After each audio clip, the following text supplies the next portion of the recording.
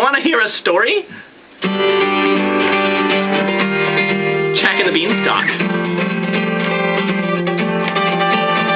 As old Mother Twaddle was sweeping up the floor, she found a new sixpence under the door, and as she surveyed it with exquisite pleasure, she called on her son Jack to look at her treasure.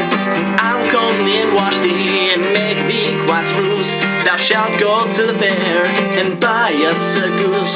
For of all the good things I vow and protest, a fat, tasty goose, the thing I love best.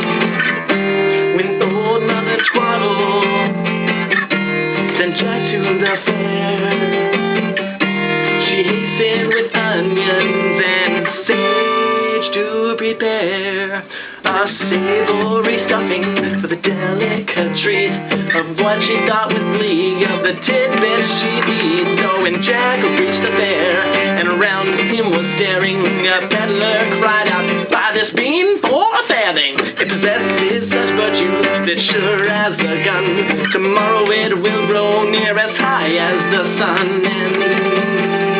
And so Jack bought it for 6pence and went to his mother, who at sight of the bean made a terrible pother. What's a pother? She gave him a scolding and slapped with both his hands for having presumed not to mind her command. Jack went to the garden and took up his spade and put the rare bean in the hole he had made, expecting to find this great wonder of wonders as tall as a tree to make up for his blunders.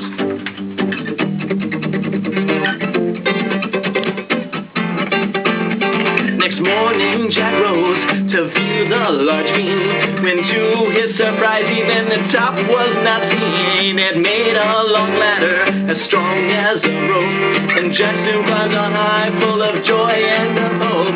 He knocked at the door of a very great place. A damsel came to him with a cap all ablaze. "Oh, take off from him, cried this maiden affright, for a giant lives here and he'll eat you this night." Jack begged to come in with so winning an air. She promised to hide him and pointed out where.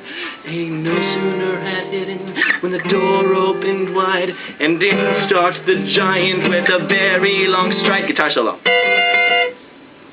Then the monster rode out, "Be thy back, I smell the breath of an Englishman. If he be alive, or if he be dead, I'll grind his bones to make my bread." "Oh, wait, my dear giant, first drink some strong wine. Then on that dainty you may afterwards dine." He seized a large cup and tippled so deep that he tumbled down fast and soon fell to sleep. As soon as Jack saw him fall, he crept from the bed, then snatched a large knife and chopped off his head. Thus he killed the great man as loudly he did snore, and never again was a giant seen more. And Jack sent for his mother to come up and dine, with a promise of goose and a bottle of wine. And as she did eat it with excessive delight, she approved of his bargain and said he'd done right. Jack sent for a parson, as he had a great mind to marry the damsel who was willing and kind. And the parson came soon and made her Jack's wife, and they lived very happy to the end of her life.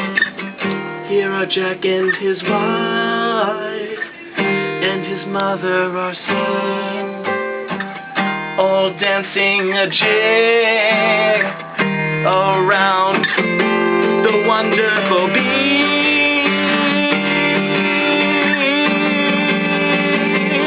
the wonderful bean.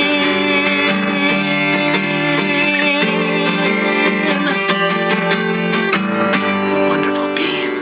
I like stories, don't you? Definitely.